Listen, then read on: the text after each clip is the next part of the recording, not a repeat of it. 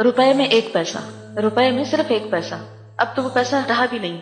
ये एक साहब हैं, इन्होंने एक अखबार में सच्ची सच्ची बातों के अनुमान से एक अपनी कहानी बताई। सबके लिए इसमें बहुत सीखने की चीज है। ये भी फजीलत, कुल्ल ज़ी फज़लिन फज़लहू। तो ये ज़ी फज़ल कौन होते हैं और ज़ी फज़ल कैसे बना जाता है, इस पे तबसरा करते हुए ये बात ऐड कर रही हूँ। लिखते हैं, मेरे गांव में एक खातून थी, मंजूर की अम्मा। मेरी अम्मा बताती थी कि बेटे जब ये खातून ब्याह कर आई थी तो इस घर में इतनी गुर्बत थी कि 2 वक्त चूल्हा मुश्किल से जलता था, मगर इस खातून के आने के बाद इस घर के हालात बदलना शुरू हुए। पूरे गांव के लोग हैरान हैं कि क्या ऐसी बात हुई जो इनकी हद से बिगड़ती हुई माशी और घरेलू हालत में अचानक इतनी तब्दीली आ गई। कहाँ तो मुश्किल से 2 वक्त की रोटी नहीं मिलती थी, कहाँ ये आलम है कि कोई साइल जरूरतमंद इस खातून के घर से खाली हाथ नहीं जाता। मैं 9-10 साल की उम्र में जब 1933 में अपने गांव से तालीम की गर्ज से कलकत्ता आया तो मैं एक बार इस खातून के मियाँ, जिनको मैं नजीर चचा कहा करता था, उनकी दुकान पर मिलने गया। बचपन से मेरी ये आदत रही है कि जब मैं किसी बात को नहीं समझ पाता तो उसकी टो में लगा रहता हूँ। नजीर चचा की दुकान कलकत्ता शहर के एक ऐसे इलाके में थी।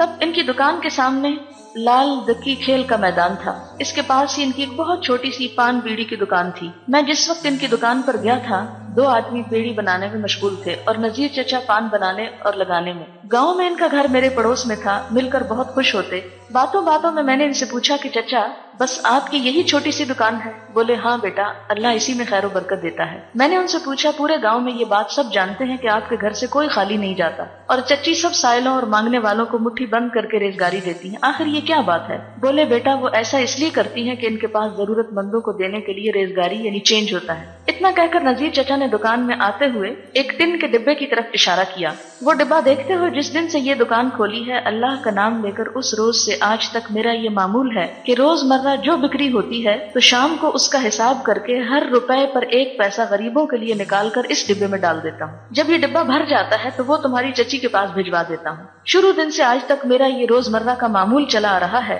उनकी जबान से ये सब कुछ सुनने के बाद मुझ पर ये राज खुल गया कि पड़ोस में रहने वाली मेरी चच्ची मंजूर की अम्मा की खुशहाली और सखावत का राज क्या था। गाँव में कोई भी मुसाफिर अगर मस्जिद में क़याम करता तो इमाम साहब मंजूर की अम्मा के घर खबर भिजवा देते। मुसाफिर जितने दिनों रहते इनका 2 वक्त का खाना उनके घर से जाता। अगर ज्यादा राह की जरूरत पड़ती तो वो भी भिजवा देती। नजीर चचा घरेलू अखराजात के लिए हर माह 300 से 400 रुपए बजरिया मनी ऑर्डर भेजा करते थे। आप अंदाजा करें कि ये उस जमाने की बात है जब आला किस्म का चावल 1 रुपए का 10 सेर, गाय का गोश्त आज के हिसाब से 6 पैसे में 1 सेर मिला करता था। अर्जानी के इस दौर में भी घर के अखराजात 400 रुपए होते, वो घर कितना खुशहाल होगा। बकरा ईद के जमाने में कस्साब गाँव में झुंड के झुंड गाय बैल लेकर फरोख्त करने आते। गाँव पहुंचकर वो सबसे पहले चची के पास जाते, इसलिए कि उनको ये मालूम था कि कुर्बानी के लिए उनसे ज्यादा मोटा ताजा जानवर गांव में कोई और नहीं खरीदेगा। ये इस गांव का हाल था जहां बड़े बड़े जमींदार भी थे, आला ओहदों पर फायज हजरात भी, खान बहादुर, डॉक्टर, इंजीनियर भी, मगर अल्लाह की राह में देने और लौटाने वाली तो सिर्फ मेरी पड़ोस की चची ही थी। ये न समझिए कि उनके देने दिलाने और अल्लाह की राह में खर्च करने का सिलसिला सिर्फ रुपए में 1 पैसे तक महदूद था। जी नहीं, ज़कात सदकात देना इस पर मुस्तजाद था। एक ऐसी खातून के जब वो इस घर में ब्याह कर आई तो उस वक्त 2 वक्त की रोटी मुश्किल से नसीब थी। वो घर और उस घर की वो खातून गाँव की सबसे मुखय्यर और जरूरतमंदों के काम आने वाली कैसे बन गई? इस राज को समझने और पाने के लिए हम सबको कोशिश करनी चाहिए। इस मुखय्यर और अल्लाह वाली चची यानी मंजूर की अम्मा से मेरी आखिरी मुलाकात 1946 में हुई।